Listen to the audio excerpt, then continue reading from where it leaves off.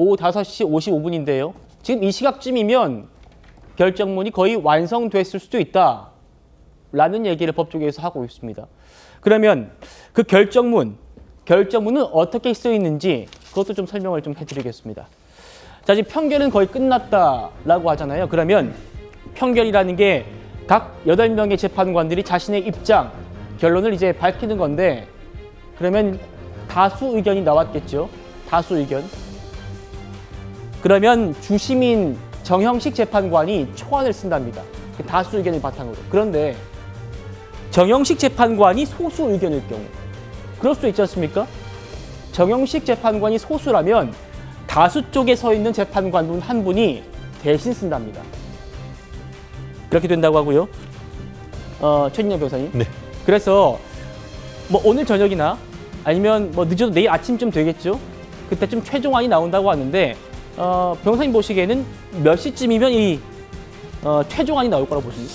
사실 진실은 이미 가려졌다. 그렇게 예측을 합니다.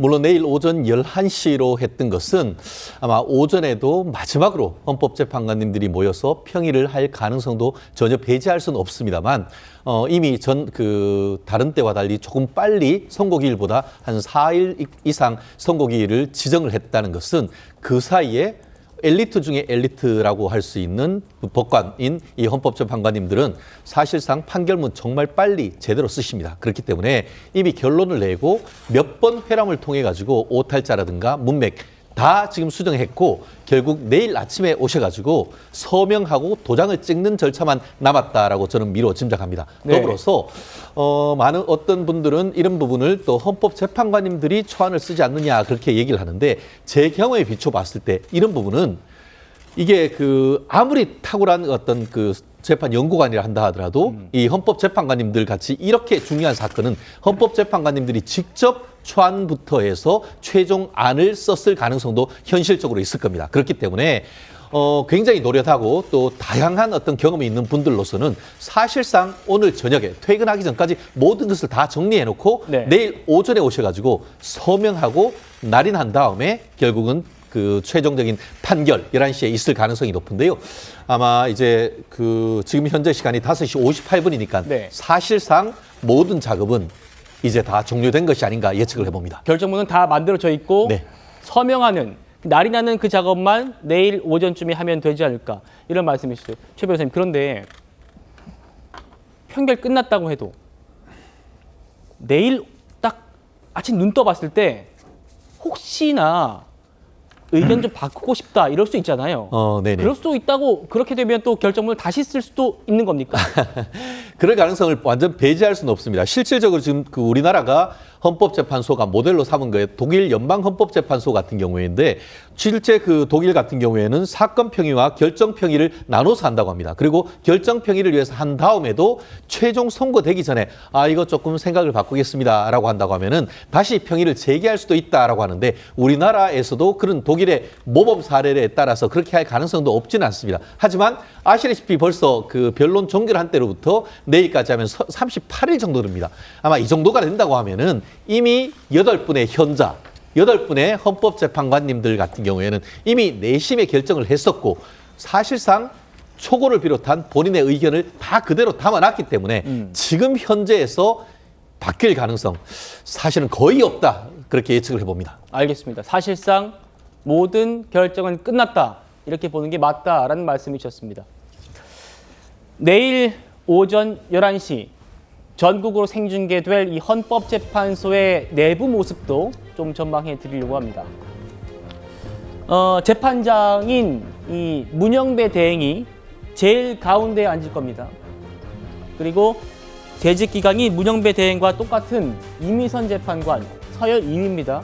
이미선 재판관이 문 대행의 오른쪽에 앉게 되고 그 다음 재직이 오래된 김영두 재판관이 문 대행의 왼쪽에 이렇게 앉게 됩니다. 그러니까 재판관이 임명된 날짜 그리고 날짜가 같다면 나이 순으로 이렇게 착석을 하게 되고 모두 착석을 하게 된 다음에는 문영배 대행이 이런 멘트를 할 겁니다. 지금부터 2024 헌나 8 대통령 탄핵 사건에 대한 선고를 시작하겠습니다. 이런 멘트를 시작으로 오늘 오후나 내일 오전이면 확정될 그 결정문을 낭독하게 될 겁니다. 김기영 대변인님, 노무현 전 대통령 때 결정문이 26분 읽었고 박근혜 전 대통령 때 21분 읽었더라고요. 이번 윤석열 대통령 때는 좀 길까요? 짧을까요? 어떻게 보세요? 저는 길다고 봅니다. 더 길어질 겁니다. 왜냐하면 노무현 전 대통령하고 박근혜 전 대통령 변론기일이 끝난 다음에 2주 만에 선고가 이루어지지 않았습니까? 어떻게 보면 지금은 30일 넘게 이루어지지 않았습니다. 그만큼 결정문에 대해서 담아야 될 내용이 많을 것 같습니다. 그리고 저는 8대 0이나 일방적인 어떤 의견이 하나로 모아지기는 좀 쉽지 않을 거다. 그래서 저는 기각과 각하를 예상하는데요. 그렇다면 각하는 짧을 수 있지만 기각을 생각하는 재판관이 하나하나 왜 기각을 할 수밖에 없는지에 대해서 얘기를 할 것 같습니다. 우리가 일종의 예고편을 봤죠. 한덕수 권한대행 관련했을 때 김복형 재판관과 정계선 재판관이 어떤 같은 사안에 대해서 굉장히 대척점에서 이 사안을 달리 판단을 했습니다. 그렇다면 지금 탄핵 소추된 사안이 5가지가 아닙니까? 그 5가지에 대해서 어떻게 보면 입장이 좀 다른 부분에 대해서 돼야 되고 무엇보다도 이 국민들이 탄핵에 대한 찬반이 이렇게 명확하게 갈리는 여론층이 있는 만큼 이 국민들을 대상으로 설득을 하기 위해서는 문구 하나하나가 굉장히 중요합니다. 그렇다면 저는 그 설명이 좀 길어질 수밖에 없다. 그래서 저는 한 30분에서 한 40분까지 그런 정도의 분량이 되지 않을까 예상합니다. 예. 같이 보시죠. 내일 저희 TV조선도 대통령 탄핵 선고 생중계해 드립니다. 오늘 헌법재판소 내부에 방송사 카메라들이 세팅이 다 됐습니다. 헌재가 생중계를 허용했고 또 이 기자들의 요구에 따라서 지난 박근혜 전 대통령 탄핵 선고 때도 좀 있었던 그 재판관들의 출입 장면, 이 대심 판정을 입정하는 그런 모습, 또 재판장인 문영배 대행의 출근길 모습까지 방송사에 허용하기로 했습니다. 그러니까 내일 11시 선고 전부터, 딱 11시 선고 전이 아니고요. 그보다 한 30분 전부터는 문영배 대행의 목소리라든지 또 8명의 재판관들이 입정하는 모습, 이 모습들도 우리 국민들께서 생생한 생중계를 통해서 확인하실 수 있게 됩니다. 강보 대변인님, 네. 헌법재판소가 지금 국민들이 다 보실 수 있도록, 그러니까 지금 입정하는 장면부터 발언하는 것까지 모두 지금 생중계를 허용했습니다. 어떻게 평가하십니까? 사실 이제 저희 민주당과 많은 야당 그리고 저희 지지자들은 헌법재판소가 일반인 방청객들을 20분이나 또 방청할 수 있도록 허용을 하고 그다음에 언론사들에게 생중계를 할 수 있도록 이렇게 허가한 것에 대해서 저희는 탄핵 심판에서 윤석열 대통령 탄핵이 인용되는 것이 아닌가라고 무게를 두는 것 중에 하나입니다. 그 이유는 어쨌든 간에 국민들 중에서 많은 분들은 또 윤석열 대통령의 직무에 복귀하기를 바라시는 분도 많이 있습니다.